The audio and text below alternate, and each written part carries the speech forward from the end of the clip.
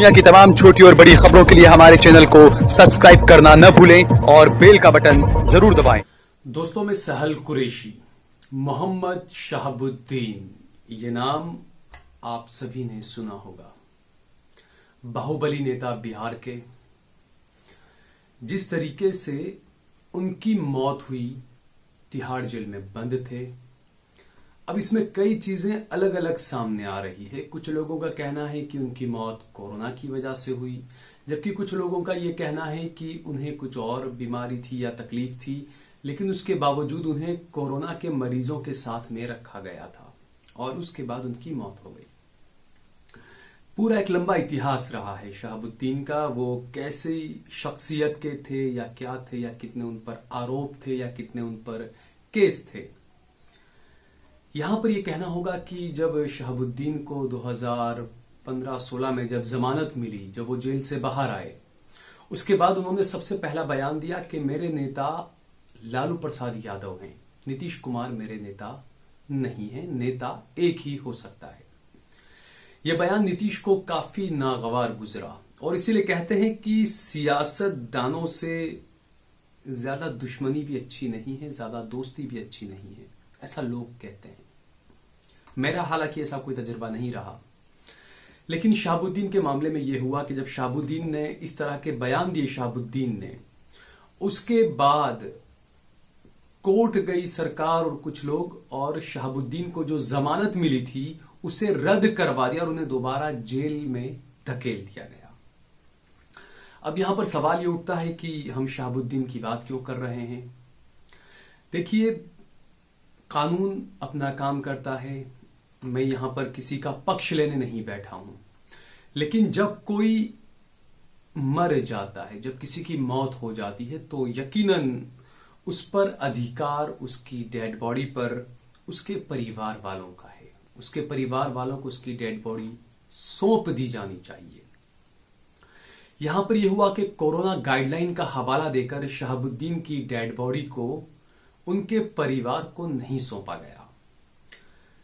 पूरी रात 2 दिन तक ये मानिए कि उनके परिवार वाले और कुछ नेता लोग जो है वो उनके साथ में रहे, उनके बेटे के साथ में रहे, उसामा शहाब के साथ में, और पूरी कोशिश की गई हर तरह से कि उनके जो इकलौते बेटे हैं शहाब, उसामा शहाब उनका नाम है, जो शहाबुद्दीन के साहबजादे हैं, उन्होंने पूरी कोशिश की कि उनके पिता के डेड बॉडी को, जनाजे को वो अपने आबाई वतन ले जाएं, बिहार ले जाएं और वहीं पर उनका अंतिम संस्कार करें सीवान में, लेकिन इजाजत नहीं मिली और ये कहा गया कि कोरोना की गाइडलाइन है।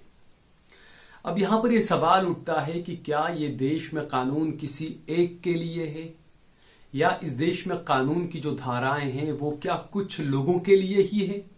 सभी के लिए कानून एक समान क्यों नहीं है?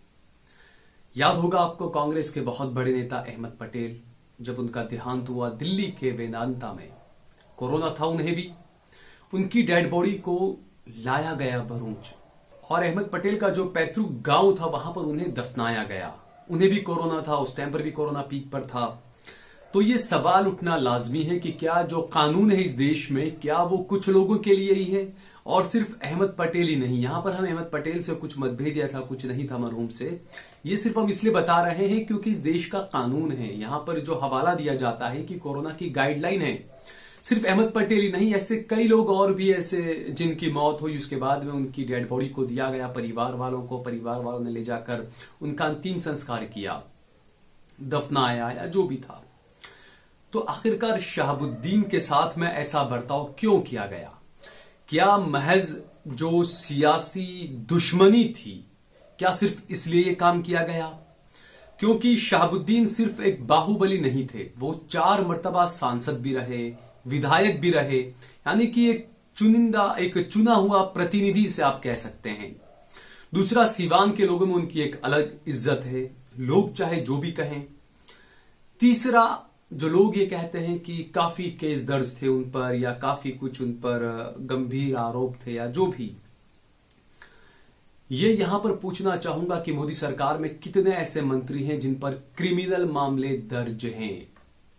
हमारे देश के तो गृह मंत्री खुद तड़ी पार रहे हैं उत्तर प्रदेश की बात करें, बिहार की बात करें, नीतीश कैबिनेट की बात करें, नीतीश की कैबिनेट के अंदर मौजूदा दौर में जो मंत्री हैं, कई मंत्री ऐसे होंगे जिन पर कई गंभीर आरोप लगे हुए हैं, लेकिन उसके बावजूद वो मंत्री हैं।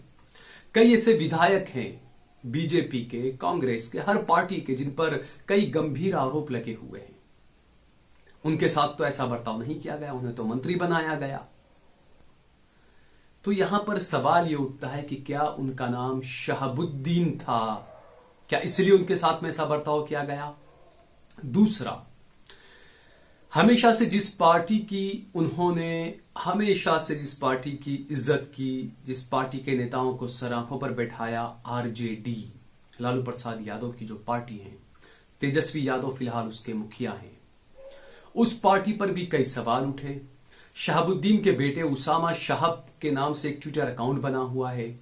उस अकाउंट से 2 दिन से लगातार एक के बाद एक कई ट्वीट किए गए हैं और उसमें यह तक कहा गया है कि तेजस्वी यादव, आप खामोश हो, अगर मेरे पिता शहाबुद्दीन को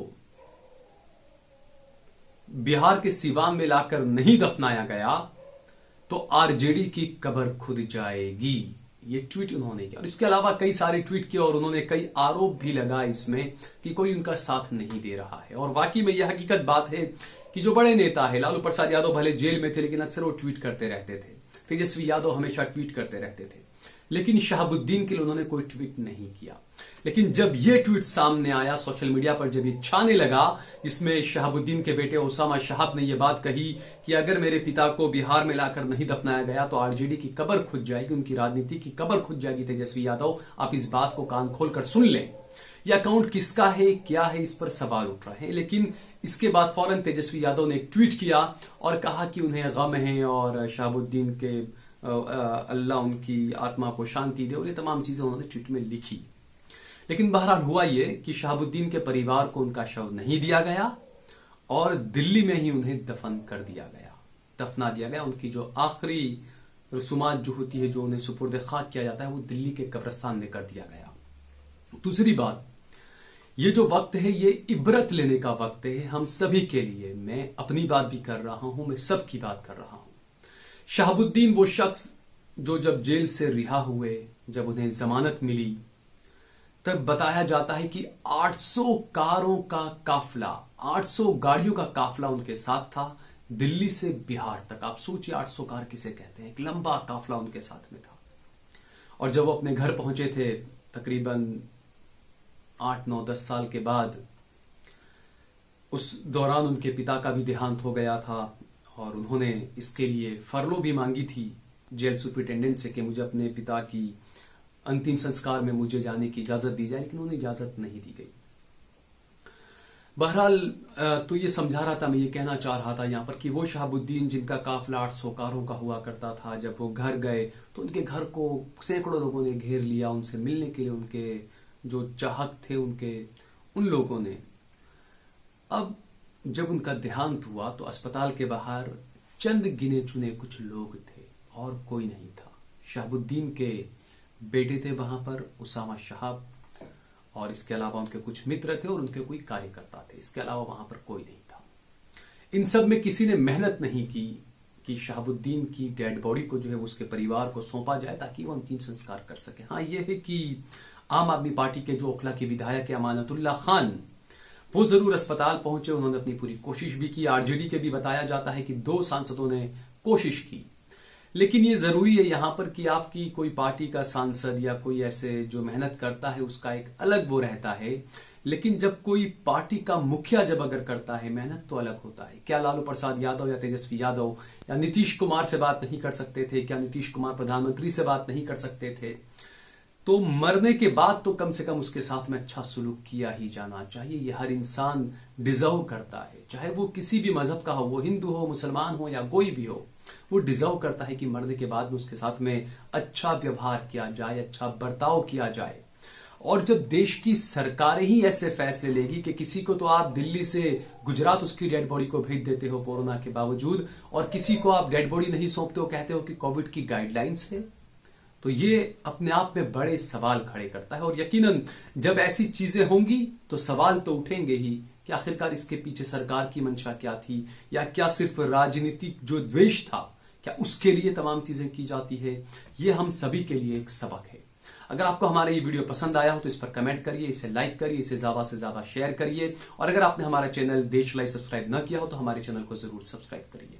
तायीद कर रहे हो। बेशक हिंदुस्तान में एक बहुत बड़ा बेशरम और जंगली जानवर है, मैं मानता हूं उस बात को सर कि हिंदुस्तान में सबसे बड़ा बेशरम और जंगली जानवर अगर कोई है तो नरेंद्र मोदी है।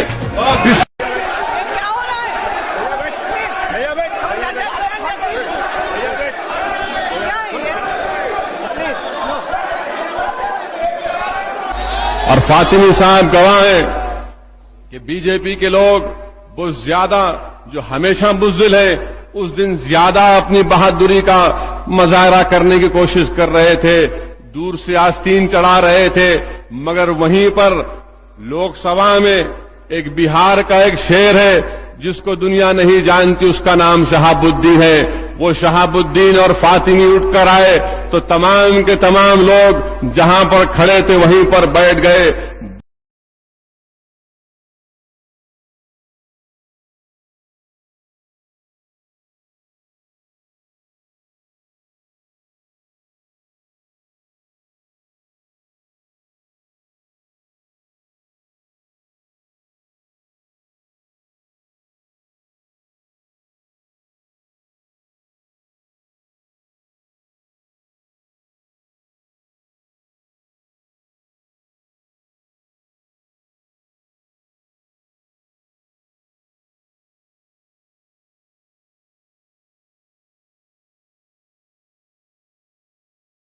आप देख रहे हैं देश लाइव, देश की आवाज।